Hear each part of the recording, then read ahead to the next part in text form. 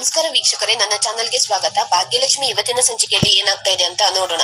ಸಂಚಿಕೆ ಶುರುವಿನಲ್ಲಿ ಯಾಕೆ ಭಾಗ್ಯ ಹಾಗೆ ನಿಂತ್ಕೊಂಡಿದ್ದೀರಾ, ತಗೊಳ್ಳಿ ಈ ದುಡ್ಡೆಲ್ಲ ನಿಮ್ದೆ, ಎಂಜಾಯ್ ಮಾಡಿ, ದುಡ್ಡಿನ ಮಳೆನೇ ನಿಮ್ ಮೇಲೆ ಸುರಿಸಿದೀನಿ ನೋಡಿ. ಹಾಗೆ ಮನೆ ಪೇಪರು, ರೆಸ್ಟೋರೆಂಟ್ ಪೇಪರು ಎಲ್ಲದೂ ಕೂಡ ಇನ್ಮೇಲಿಂದ ನಿಮ್ದಾಗುತ್ತೆ. ನೀವಿನ್ನ ಆರಾಮಾಗಿ ಇದಿಷ್ಟು ಪ್ರಾಪರ್ಟಿ ದುಡ್ಡನ್ನೆಲ್ಲ ತಗೊಂಡು ಆರಾಮಾಗಿ ಕಂಫರ್ಟೇಬಲ್ ಆಗಿ ಲೈಫ್ ಅನ್ನ ಲೀಡ್ ಮಾಡ್ಬೋದು. ಏನೂ ಕೂಡ ಪ್ರಾಬ್ಲಮ್ ಇರಲ್ಲ. ತಗೊಳ್ಳಿ ಭಾಗ್ಯ. ಅಲ್ಲ, ಯಾಕೆ ಇಷ್ಟೊಂದು ಶಾಕ್ ಇಂದ ಈ ದುಡ್ಡನ್ನೆಲ್ಲ ನೋಡ್ತಾ ಇದ್ದೀರಾ? ಮೋಸ್ಟ್ಲಿ ಲೈಫ್ ಅಲ್ಲಿ ಇಷ್ಟೊಂದು ದುಡ್ಡು ಯಾವತ್ತೂ ಕೂಡ ನೋಡಿಲ್ಲ ಅಂತ ಅನ್ಸುತ್ತಲ್ವಾ? ನೀವು ನಿಮ್ಮ ಮನೆಯವರು, ಅದಕ್ಕಾಗಿನೇ ತಾನೇ ನಮ್ಮ ಮನೆ ಸಂಬಂಧ ಬೆಳೆಸಿರೋದು. ಹಾಗಾಗಿ ಈ ದುಡ್ಡೆಲ್ಲ ನಿಮ್ದೇ ಭಾಗ್ಯ, ಇದನ್ನೆಲ್ಲ ತಗೊಂಡ್ಬಿಡಿ. ಅದಕ್ಕೆ ಬದಲಾಗಿ ನಾನು ಆವಾಗ್ಲೇನೆ ಕೇಳಿದೀನಲ್ಲ, ಒಂದು ಸ್ಮಾಲ್ ಫೇವರ್ ಮಾಡ್ಬೇಕು ಅಂತ.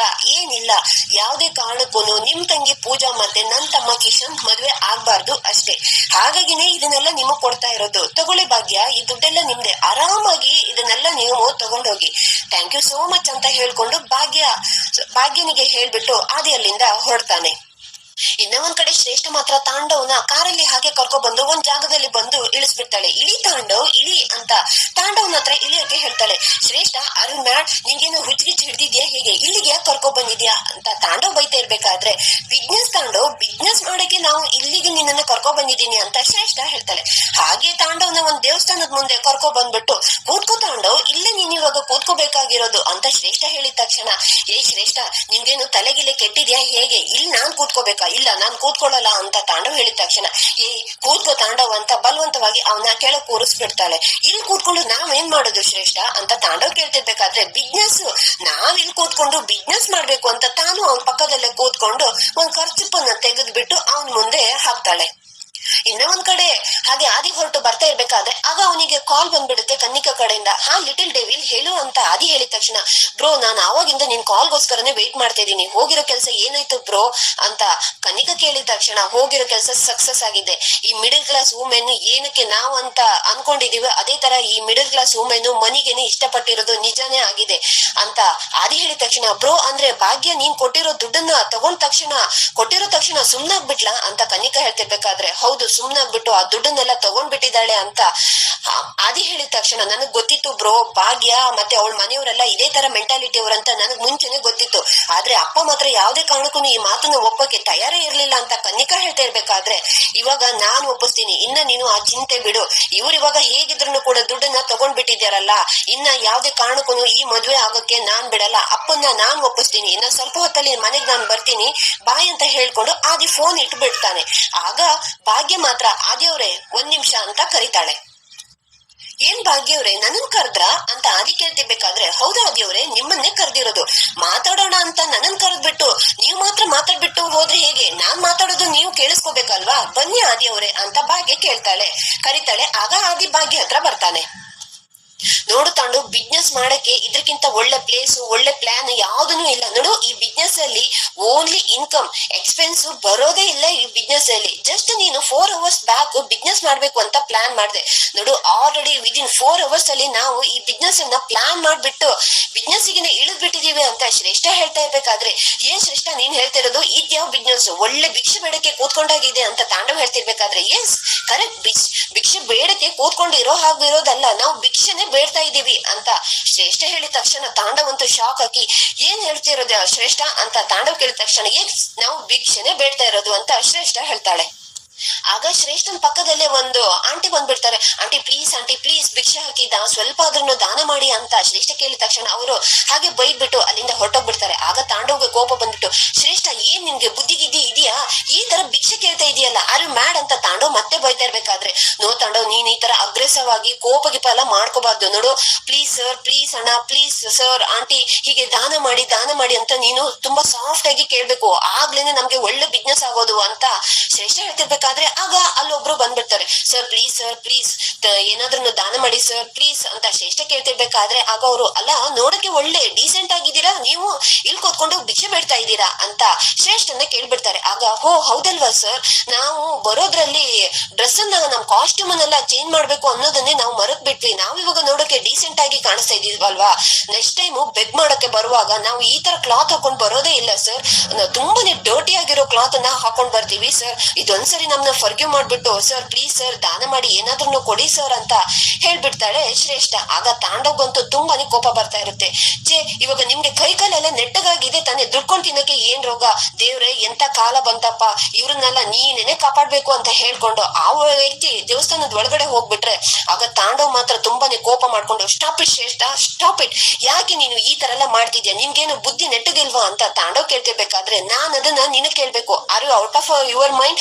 ಅಲ್ಲ, ಭಾಗ್ಯ ಕೆಲ್ಸ ಕೊಟ್ಟಿರೋದು ಅಂತ ಒಂದೇ ಒಂದನ್ನ ವಿಷಯನ ತಲೆಯಲ್ಲಿ ತುಂಬಿಕೊಂಡು ನಿನ್ ಈಗೋ ಹರ್ಟ್ ಆಗಿದೆ ಅಂತ ಕೆಲ್ಸ ಬಿಟ್ಟು ಬಂದಿದ್ಯಲ್ಲ ಯಾವ್ದೇ ರೀಸನ್ ಇಲ್ದೆ. ನೋಡು, ಇದೇ ತರ ನೀನು ಬಿಸ್ನೆಸ್ ಪ್ಲಾನ್ ಇಲ್ದೆ ಅದೇನೋ ಬಿಸ್ನೆಸ್ ಮಾಡ್ತೀನಿ ಅಂತ ಕುಣಿತಾ ಇದೆ ನೋಡು, ಬಿಸ್ನೆಸ್ ಮಾಡಕ್ ಹೋದ್ರೆ ಮುಂದೊಂದ್ ದಿನ ನಾವು ಇದೇ ದೇವಸ್ಥಾನದ ಮುಂದೆ ಬಂದ್ಕೊಂಡು ಹೀಗೆ ಭಿಕ್ಷೆ ಎತ್ಬೇಕಾಗುತ್ತೆ, ಇದನ್ನ ನೀನು ನೆನ್ಪಲ್ಲಿ ಇಡ್ಕೊ ಅಂತ ತಾಂಡವ್ಗೆ ಹೇಳ್ಬಿಡ್ತಾಳೆ ಶ್ರೇಷ್ಠ. ಆಗ ತಾಂಡವ್ ಅಂತೂ ತುಂಬಾನೇ ಶಾಕ್ ಇಂದ ಹಾಗೆ ಶ್ರೇಷ್ಠನೇ ನೋಡ್ಕೊಂಡು ನಿಂತ್ಕೊಂಡಿರ್ತಾನೆ.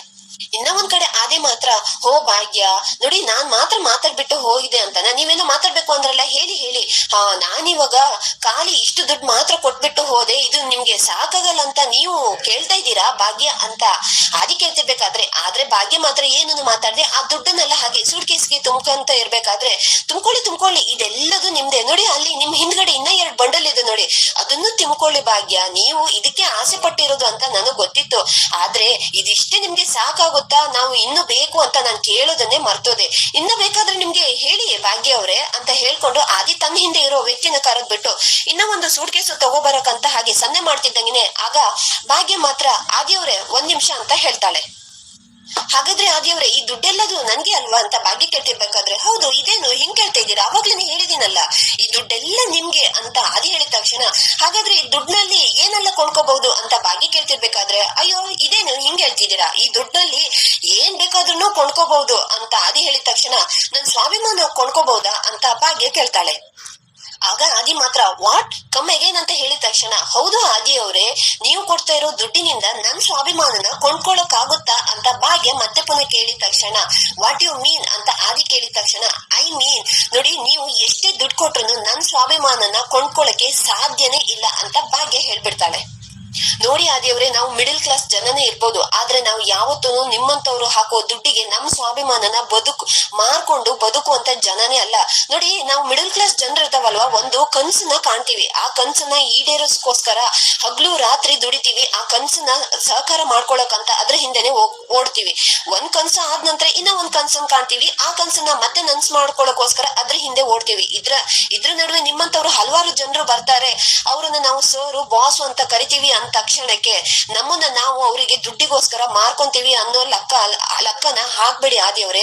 ನೋಡಿ, ನಿಮ್ಮಂತ ದುಡ್ಡಿರೋರು ಈ ದುಡ್ಡನ್ನ ತಗೊಬಂದು ಹಾಗೆ ನಮ್ಮ ಮೇಲೆ ಸುರಿತೀರಾ, ಆದ್ರೆ ನಾವು ಈ ದುಡ್ಡಿಗೋಸ್ಕರನೇ, ಈ ದುಡ್ಡನ್ನ ದುಡಿಯೋಕೋಸ್ಕರನೇ ಹಗ್ಲು ರಾತ್ರಿ ಅಂತ ಕಷ್ಟ ಪಡ್ತೀವಿ ಅಂತ ಭಾಗ್ಯ ಹೇಳ್ತಿರ್ಬೇಕಾದ್ರೆ, ನಿಮ್ಮಂತವ್ರನ್ನ ನನ್ನ ಲೈಫ್ ಅಲ್ಲಿ ನಾನು ಎಷ್ಟು ಜನರನ್ನ ನೋಡಿಲ್ಲ ಅಂತ ಆದಿ ಹೇಳ್ತಿರ್ಬೇಕಾದ್ರೆ, ಎಸ್ ನೀವು ನಮ್ಮಂತ ಜನರನ್ನ ಲೈಫ್ ಅಲ್ಲಿ ತುಂಬಾ ಜನರನ್ನ ನೋಡಿರ್ಬಹುದು, ಆದ್ರೆ ನನ್ನನ್ನ ನೋಡಿಲ್ವಲ್ಲ ಆದಿಯವ್ರೆ.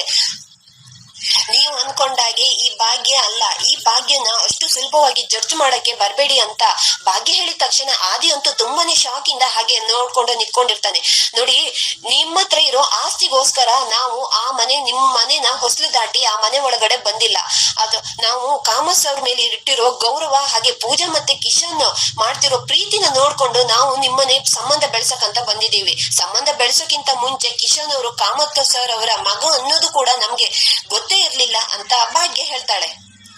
ನೋಡಿ ಆದಿಯವ್ರೆ, ಜೀವನ ನಡ್ಸಕ್ಕೆ ದುಡ್ಡು ಬೇಕು, ಆದ್ರೆ ದುಡ್ಡೇ ಮಾತ್ರ ಜೀವನದಲ್ಲಿ ಮುಖ್ಯ ಆಗ್ಬಾರ್ದು ಅಲ್ವಾ ಆದಿಯವ್ರೆ ಅಂತ ಭಾಗ್ಯ ಹೇಳಿದ ತಕ್ಷಣ ಆದಿ ಮತ್ತೆ ಶಾಕಿಂದ ಹಾಗೆ ಭಾಗ್ಯನ ಮುಖನ ನೋಡ್ತಾನೆ.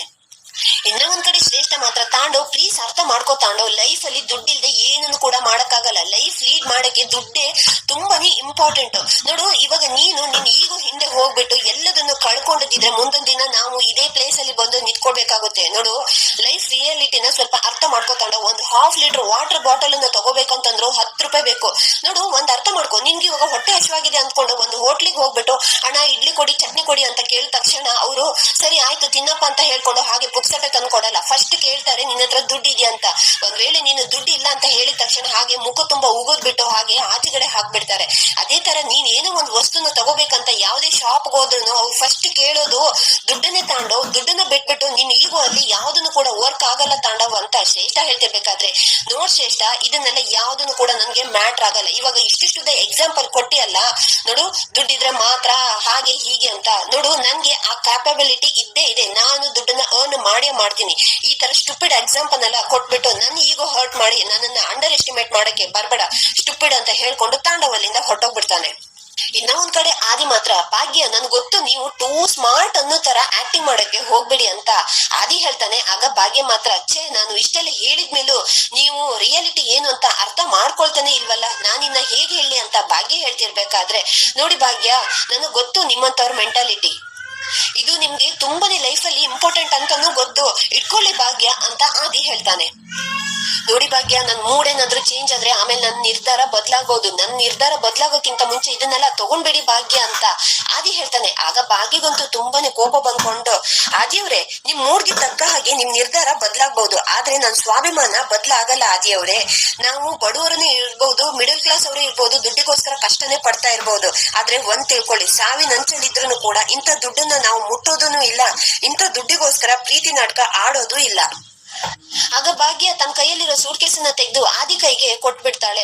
ನೋಡಿ ಆದಿಯವರೇ, ಪೂಜಾ ನಾನ್ ಬೆಳೆಸಿರೋ ಹುಡುಗಿ, ಅವಳು ಮನ್ಸಲ್ಲೂ ಕೂಡ ಇದ್ರ ಬಗ್ಗೆ ಎಲ್ಲ ಯೋಚನೆನೆ ಮಾಡಿರಲ್ಲ.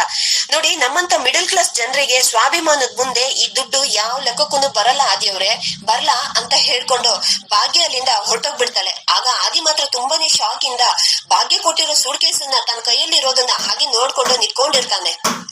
ಈ ಕಡೆ ಸುನಂದ ಅವರು ಮಾತ್ರ ಪ್ರೀತಿ ಅಮ್ಮ ಭಾಗ್ಯನಿಗೆ ಫೋನ್ ಮಾಡಕ್ ಹೇಳಿದ್ರು, ಮರ್ತೆ ಹೋಯ್ತು ಅನ್ಕೊಂಡು ಭಾಗ್ಯನಿಗೆ ಫೋನ್ ಮಾಡ್ಬಿಡ್ತಾರೆ. ಆಗ ಭಾಗ್ಯ ರಿಸೀವ್ ಮಾಡ್ಬಿಟ್ಟು ಫೋನ್ ಅನ್ನ ಹೇಳಮ್ಮ ಅಂತ ಹೇಳಿದ ತಕ್ಷಣ, ಭಾಗ್ಯ ಎಲ್ಲಿ ಇದೆಯಾ ನೀನು, ನೋಡು ನೀನ್ ಎಲ್ಲಿದ್ಯೋ ಏನೋ ನನಗಂತೂ ಗೊತ್ತಿಲ್ಲ, ಆ ಕೆಲ್ಸನೆಲ್ಲ ಅರ್ಧಕ್ಕೆ ಬಿಟ್ಬಿಟ್ಟು ಬೇಗ ನಮ್ಮ ಮನೆ ಹತ್ರ ಬಂದ್ಬಿಡು ಅಂತ ಭಾಗ್ಯಂಗೆ ಸುನಂದ ಹೇಳಿದ ತಕ್ಷಣ, ಏನಮ್ಮ ಇವಾಗ ಅಲ್ಲಿಗೆ ಬರ್ಬೇಕಾ, ಯಾಕಮ್ಮ ಅಂತ ಭಾಗ್ಯ ಕೇಳ್ಬಿಡ್ತಾಳೆ.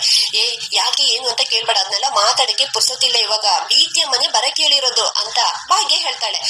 ಏನು ಅತ್ತೆ ಅಲ್ಲಿಗೆ ಬರಕ್ ಹೇಳಿರೋದು, ಅಮ್ಮ ನಾನ್ ಕ್ಯಾಂಟೀನ್ಗೆ ಹೋಗ್ಬೇಕಮ್ಮ, ತುಂಬಾನೇ ಕೆಲ್ಸ ಇದೆ ಅಂತ ಭಾಗ್ಯ ಹೇಳಿದ ತಕ್ಷಣ, ಭಾಗ್ಯ ಕೆಲ್ಸ ಎಲ್ಲ ಮುಂದೆ ಮಾಡ್ಕೋಬಹುದು ಕಣೆ, ಆ ಜಾತಕ ನಾವು ಓದ್ಸಕ್ಕಂತ ನಾವು ಹೋಗಿದ್ವಿ ನೋಡು ಪೂಜನ್ ಜಾತಕ, ಹಾಗೆ ಹೀಗೆ ಸ್ವಲ್ಪ ಗೊಂದಲ ಇದೆ ಅಂತ ನಾವು ಜ್ಯೋತಿಷಿ ಹತ್ರ ಹೇಳಿದ ತಕ್ಷಣ ಅವರು ಅರ್ಜೆಂಟ್ ಆಗಿ ಒಂದು ಗಣೇಶನ್ ಹೋಮ ಮಾಡಕ್ ಹೇಳಿದ್ದಾರೆ, ಅದು ಇವತ್ತೇ ಮಾಡಿಸಿದ್ರೆ ಒಳ್ಳೇದು ಅಂತ ಹೇಳಿದ್ರು.